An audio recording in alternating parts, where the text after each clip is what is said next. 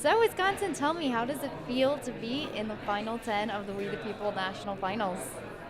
It definitely feels really good. We come from a school where this is our third year coming. The first year we placed in the 20s, last year we placed in the 10s.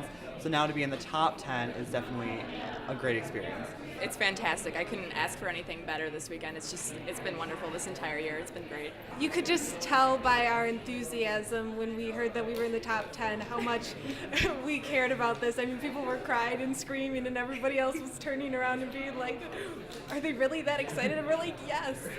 We've also been blessed with having a whole bunch of people supporting us outside of just our school, and just having our entire state behind us, that helps tremendously as well.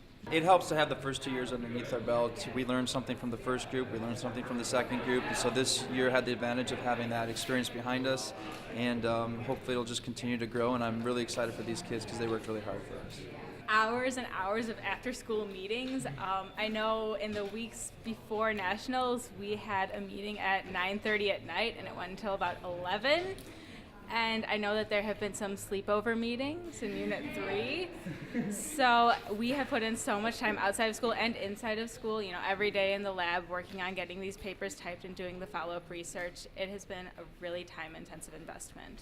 The parents have a huge part in this. I mean, without the parents, we wouldn't be able to have our after-school meetings or have a place to meet over break. They put in a lot of effort in fundraising and making meals for us, and without the parents, this wouldn't be possible. We have a great mentor, a local lawyer named Mark Young, who's really helped out, especially some of our units. And then, of course, our teacher's assistant, David Borman. I wore his pin for good luck, and it certainly proved well. So, I mean, just the help that they have given us has really been fantastic. Going to the archives was definitely, I think, just for being in Unit 2 and discussing the Constitution and stuff, and being able to see things like the rough draft to the Articles of Confederation and stuff like that, it was just really exciting and moving. The archives was absolutely amazing because Unit 1 second question deals with Magna Carta, and they have an original copy of the Magna Carta there. It was absolutely amazing to see that. And then also visiting all the monuments, especially the Lincoln and Washington monuments at night. They were so beautiful, and it was just so much fun to see that and see all of our founding fathers together. It's so fun. We've grown so close to each other. I mean, it's one of those kind of things where, I mean, we have very different political views sometimes, as represented by Tony and Emily, sort of. But just coming together and being able to really discuss these issues with actually supporting evidence, and just, we really grew close to each other.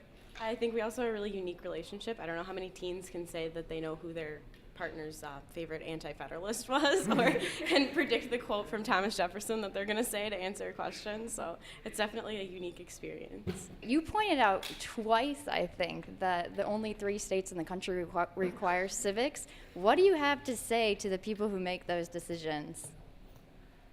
I would say get those programs right now. Get on that. That's what I would say. In our state, right now there's currently only about 4 or 5 active teams who compete, and I know that we're pushing to try to get more kids involved and more schools involved, and just the more kids that go through this process, not only are going to be more educated, more prepared for college than any other class I think most of these high schools offer.